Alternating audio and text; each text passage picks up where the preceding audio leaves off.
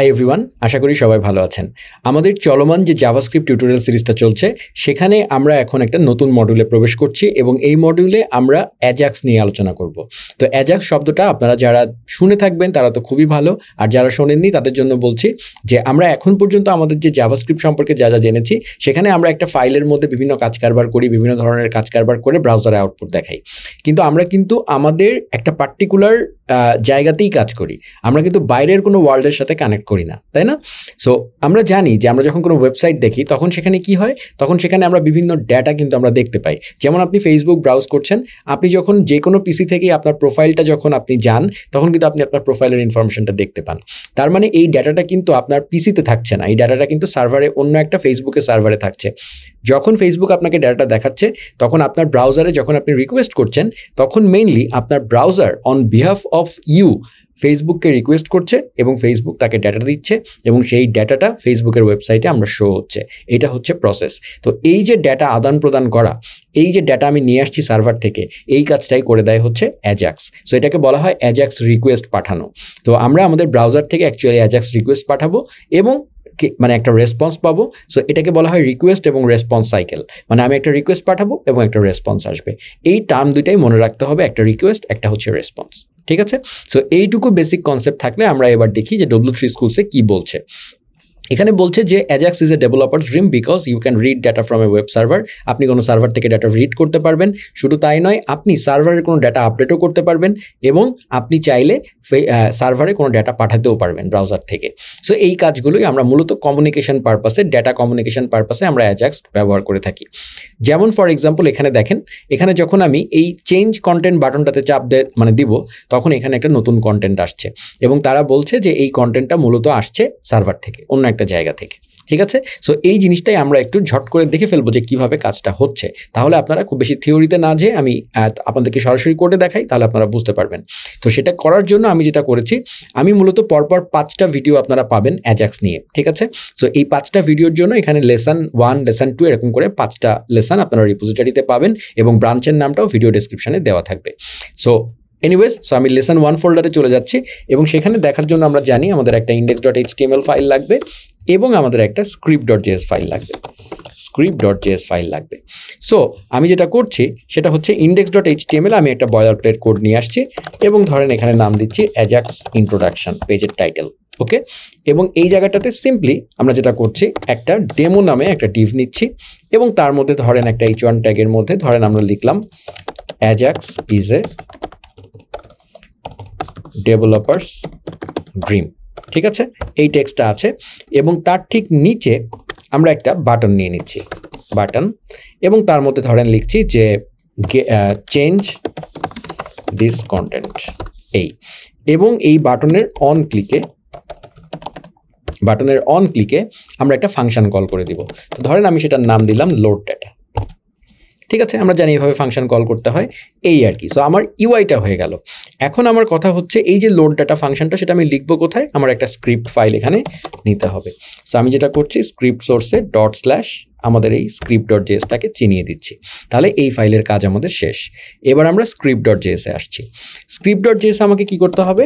আমাকে এই load data function, যেটা আমি এখান থেকে নামটা কপি করে নিয়ে আসি, সো এই লোড ডাটা ফাংশনটা আমাকে লিখতে হবে, তাই না? আচ্ছা, সো লোড ডাটা ফাংশনের মধ্যে আমাকে অ্যাকচুয়ালি রিকোয়েস্ট পাঠাতে হবে, তাই না? তো রিকোয়েস্ট পাঠানোর জন্য ব্রাউজার আমাদেরকে XML HTTP রিকোয়েস্ট নামে একটা অবজেক্ট দিয়ে দিয়েছে। যদি আমরা W3 স্কুলসে যাই তাহলে এখানে আমরা দেখব সেই অবজেক্টের চেহারা হচ্ছে এইটা। এটা কিন্তু একটা বিল্ট ইন মানে ব্রাউজারের রান টাইম এনভায়রনমেন্টের মধ্যে এই জিনিসটা থাকে। যখন আপনি ব্রাউজারে কাজ করবেন তখনই আপনি এটা পাবেন। আপনি যদি ব্যাকএন্ডে যান তখন কিন্তু আপনি এই অবজেক্টটা পাবেন না। সো এটা আমাদের ব্রাউজারেরই ফিচার, রান টাইম এনভায়রনমেন্টের ফিচার। জাভাস্ক্রিপ্ট যে রান টাইমটা ব্রাউজারের মধ্যে থাকে সেই রান টাইমের একটা ফিচার হচ্ছে XML HTTP রিকোয়েস্ট। তো এই XML HTTP রিকোয়েস্টটা সবার আগে আমাদেরকে যেটা করতে হবে, কয়েকটা স্টেপ আছে। আগে আমাকে যেটা করতে হবে, ক্রিয়েট এ নিউ রিকোয়েস্ট, এইভাবে চিন্তা করবেন আর কি। আমি সার্ভারে রিকোয়েস্ট পাঠাবো, তাই না? সো সেজন্য আমাকে আগে একটা রিকোয়েস্ট তৈরি করতে হবে। তো আমরা এখন রিকোয়েস্ট তৈরি করার প্রসেসে আছি। তো সবার আগে আমাকে যেটা করতে হবে, ধরেন নাম দিলাম XHR, এটাকে সংক্ষেপে XHRও বলা হয়, কারণ হচ্ছে XML HTTP রিকোয়েস্ট, এটা হচ্ছে পুরোটার নাম। কেন XML সেটা আমি পরে আসছি। XHR সংক্ষেপে আমি লিখলাম, এটাকে আপনি যে কোনো নামে লিখতে পারেন, আমি লিখলাম XHR নামে, একটা সিম্পল আমাদের একটা variable constant XHR is equal two new XML, এইটুকু লেখার সাথে সাথে দেখেন আমাকে ভিএস কোডটি সাজেস্ট করছে। সো আমি সবার আগে এইটা করে, আমরা জানি নিউ সিনট্যাক্স মানে এটা একটা কনস্ট্রাক্টর, তাই না?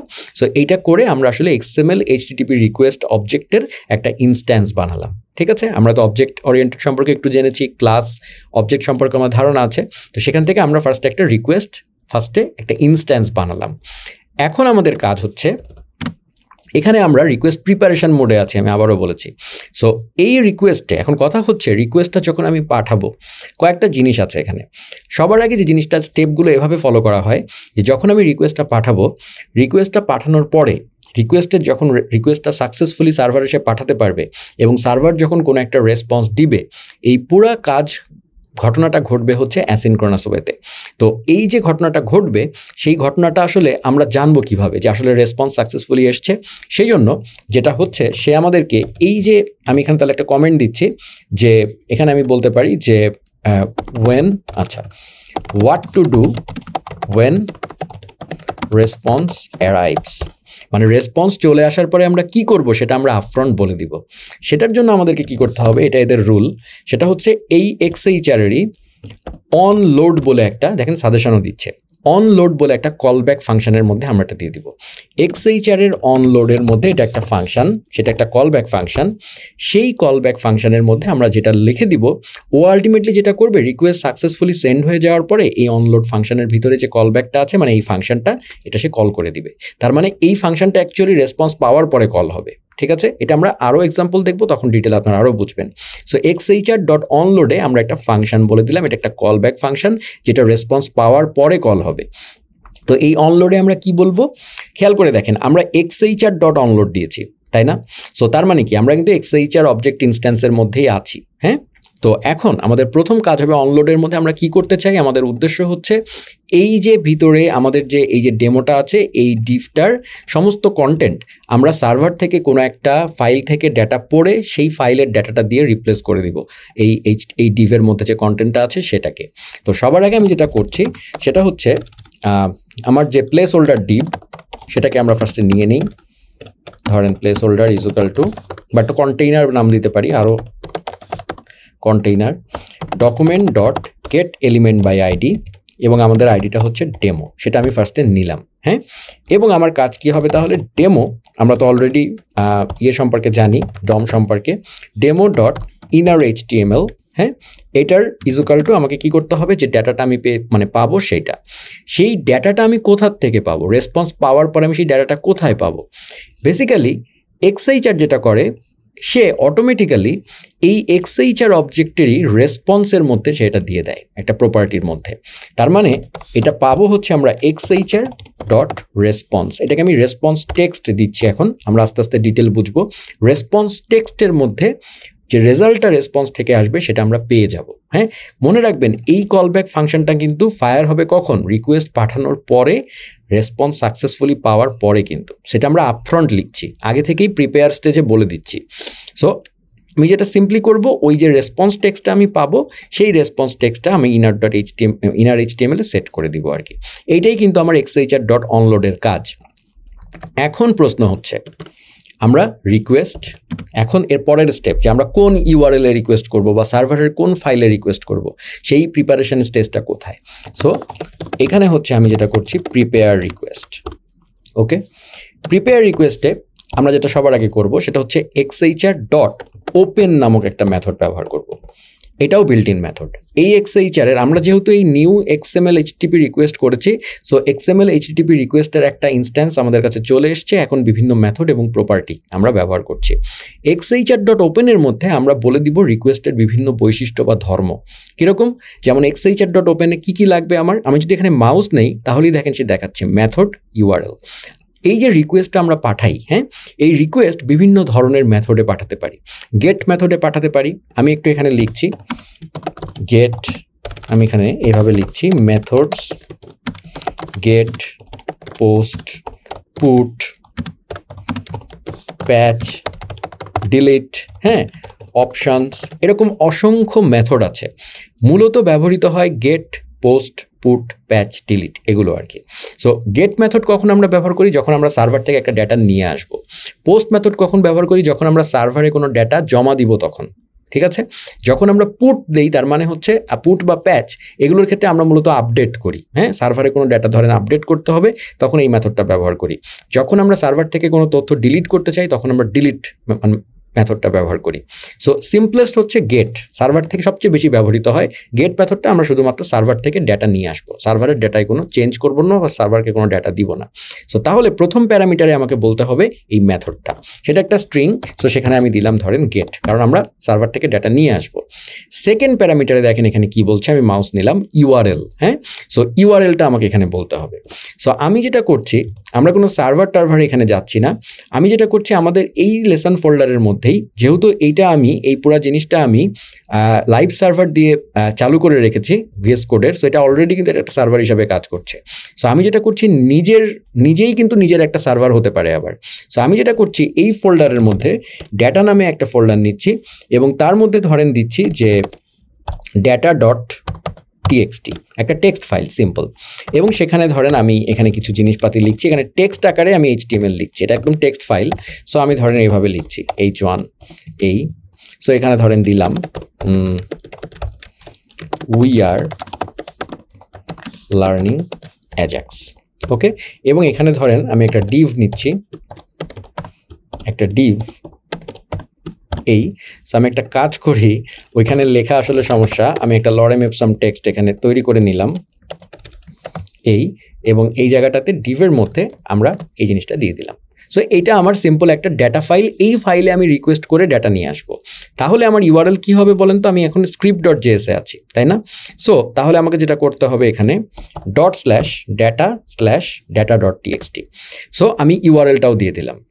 তৃতীয় প্যারামিটারে আমাকে যেটা বলতে হবে, এইটা আপাতত আমি বলছি না, বাট তৃতীয় প্যারামিটারও একটা আছে বা আরও প্যারামিটার আছে, সেগুলো আমি যাচ্ছি না। এগুলো হচ্ছে মানে বেসিক, এই দুটা লাগবেই। যে কি মেথডে রিকোয়েস্ট করব? গেট মেথডে। কোন ইউআরএল এ রিকোয়েস্ট করব? এই ইউআরএল এর রিকোয়েস্ট করব। যখন রিয়েল টাইম সার্ভারে আমরা কাজ মানে কোনো প্রজেক্টে কাজ করব, তখন আসলে এটা হতে পারে কোনো একটা সরাসরি কোনো আরেকটা ওয়েবসাইটের ইউআরএল, আরেকটা সার্ভারের ইউআরএল হতেই পারে। সো ওকে, সো এই প্রথম এই স্টেপটা এখনও কিন্তু আমি রিকোয়েস্ট পাঠাইনি, খেয়াল করে দেখেন আমরা এখনও কিন্তু রিকোয়েস্ট প্রিপারেশন স্টেটে আছি। ফার্স্টে আমি XHR বানালাম, তারপরে হচ্ছে আমি অনলোডে মানে রেসপন্স পাওয়ার পরে কি হবে সেটা আমি আপফ্রন্ট বলে দিলাম, তারপরে আমি হচ্ছে রিকোয়েস্ট প্রিপেয়ার করলাম, হ্যাঁ। এইবার আমার কাজ হচ্ছে রিকোয়েস্ট সেন্ড করা, সব কিছু আমার রেডি, এখন আমি রিকোয়েস্ট সেন্ড করব। তাহলে সিম্পল XHR.send, তার একটা সেন্ড মেথড আছে, দ্যাটস ইট। সো তাহলে যেটা হবে, যখন এই লোড ডাটা ফাইলটাতে ইউজার চাপ দিবে, তখন এই ঘটনাগুলো ঘটবে। সেই রিকোয়েস্টটা পাঠাবে, রিকোয়েস্ট পাঠানোর পরে রেসপন্স পাওয়ার পরে কি হবে সেটাও কিন্তু আমি এখানে বলে রেখেছি, সব কিছু এখানেই হয়ে যাবে। সো এখন যদি আমরা আমাদের এখানে আউটপুটে চলে আসি, এই সো আপনারা দেখতে পাচ্ছেন এই আউটপুটটা আসছে, চেঞ্জ দিস কন্টেন্ট, যেই বাটনে চাপ দিলাম এই ঘটনাটা ঘটলো, ওকে। সো তার মানে রিপ্লেস হয়ে গেল। এখন প্রশ্ন হচ্ছে যে আমরা যদি একটু নেটওয়ার্ক ট্যাবে যাই, যে আসলেই রিকোয়েস্টটা গেছে কিনা সেটা আপনারা বুঝবেন কি করে? সো এটা বেশি বড় হয়ে গেছে, আমি একটু জুম আউট করি এই। সো এখন ধরেন আমি এখানে চেঞ্জ দিস এটাতে চাপ দিলাম, খেয়াল করে দেখেন একটা রিকোয়েস্ট গেছে নেটওয়ার্ক ট্যাবে, হ্যাঁ। এবং এই রিকোয়েস্টে চাপ দিলে আমরা রিকোয়েস্টের ডিটেলস দেখতে পাচ্ছি, ঠিক আছে। এবং এখানে যদি আমরা রেসপন্সে যাই, তাহলে দেখতে পাবো যে আমরা আসলে সার্ভার থেকে রেসপন্সটা কি পেয়েছি। এই টেক্সট ফাইলের মধ্যে যে কন্টেন্টটা ছিল সেটাই আমরা টেক্সট আকারে এখানে রেসপন্সে পেয়ে গেছি, ঠিক আছে। সো এইটা হচ্ছে একদম বেসিক অ্যাজাক্সের একটা ইন্ট্রোডাকশন। সো আপনারা একটা ধারণা পেলেন যে কিভাবে আমরা সার্ভারে বা অন্য কোনো জায়গায় রিকোয়েস্ট করে তথ্য নিয়ে সেই তথ্য নেওয়ার পরে জাভাস্ক্রিপ্ট উইল টেক ওভার, এবং জাভাস্ক্রিপ্ট তারপরে আপনার যে ডমটা আছে সেই ডমে কোনো কিছু চেঞ্জ করা, কোনো জায়গায় ইনজেক্ট করা, এগুলো আমরা করতে পারবো। সো মেইন কাজটা কিন্তু আসলে এই ঘটনাটাই কিন্তু আসলে ফ্লোতে হচ্ছে। আরও অনেক অপশনস আমরা আস্তে আস্তে জেনারেট করবো, আমরা দেখব, কিন্তু এইটুকুই কিন্তু একদম basic. So as a beginner এই ফ্লোটা আপনার বোঝাটা খুবই জরুরি। সো আশা করি এইটুকু আপনারা বুঝতে পেরেছেন। আমরা একটু আরেক ঝলক এখানে দেখে আসি। এই ইন্ট্রোডাকশন অংশটাতে আমি যেটা বললাম সেই জিনিসটাই ব্যাখ্যা করা হয়েছে। এবার আমি এখানে কয়েকটা তথ্য আপনাদেরকে বলে রাখছি, সেটা হচ্ছে অ্যাজাক্স শব্দটার পুরো ফর্মটা হচ্ছে অ্যাসিনক্রোনাস জাভাস্ক্রিপ্ট অ্যান্ড XML, এটা হচ্ছে এটার পুরাটার meaning. AJAX is not a programming language, এটা হচ্ছে জাস্ট XML HTTP রিকোয়েস্ট এবং জাভাস্ক্রিপ্ট HTML ডমের মিলিত একটা সমন্বিত একটা প্রচেষ্টা, যেটা আসলে কোনো মানে রিকোয়েস্ট আদান প্রদানের জন্য ব্যবহৃত হয়। ঠিক আছে, এখানে একটা শব্দ খুবই মানে কথা খুবই ইম্পর্টেন্ট, সেটা হচ্ছে অ্যাজাক্স নামটা কেন আসলে, এই যে অ্যাজাক্স নামটা আসলো কোত্থেকে, মানে এটা খুব মিসলিডিং নেম। এখানে যেটা হচ্ছে এই যে XML শব্দটা যে আছে, হ্যাঁ, এই XML মানে এই যে দেখেন আমরা যখন রিকোয়েস্টটা তৈরি করছি তখন এটার নাম দিচ্ছি XML HTTP রিকোয়েস্ট, তাই না? সো XML HTTP রিকোয়েস্ট, এই XML কিন্তু এক ধরনের ডেটা টাইপ। আমরা যেমন টেক্সট নিয়ে কাজ করি, আমরা যেমন ইমেজ নিয়ে কাজ করি, JPG PNG, সেরকম XMLও কিন্তু একটা ডেটা টাইপ। তো আমার প্রশ্ন হচ্ছে, আমরা তো XML ট্রান্সপোর্টের জন্য ব্যবহার করছি না, যেমন এই ক্ষেত্রে আমরা টেক্সট ব্যবহার করলাম, তাই না?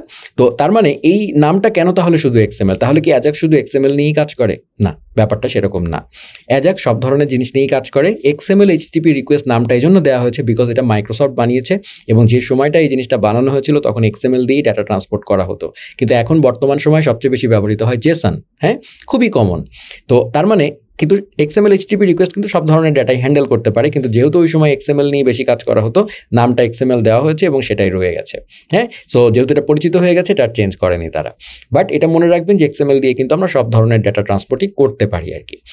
তো হাউ অ্যাজাক্স ওয়ার্কস এটা আমরা অলরেডি দেখলাম, যে কীভাবে প্রথমে আমরা রিকোয়েস্ট মানে প্রিপেয়ার করার পরে তারপরে সেন্ড করে দেই, রেসপন্স আসে, সেই রেসপন্স অনুযায়ী একটা কল ব্যাক ফাংশনের মধ্যে আমরা কাজটা করে ফেলি, যে কী করতে হবে রেসপন্স পাওয়ার পর।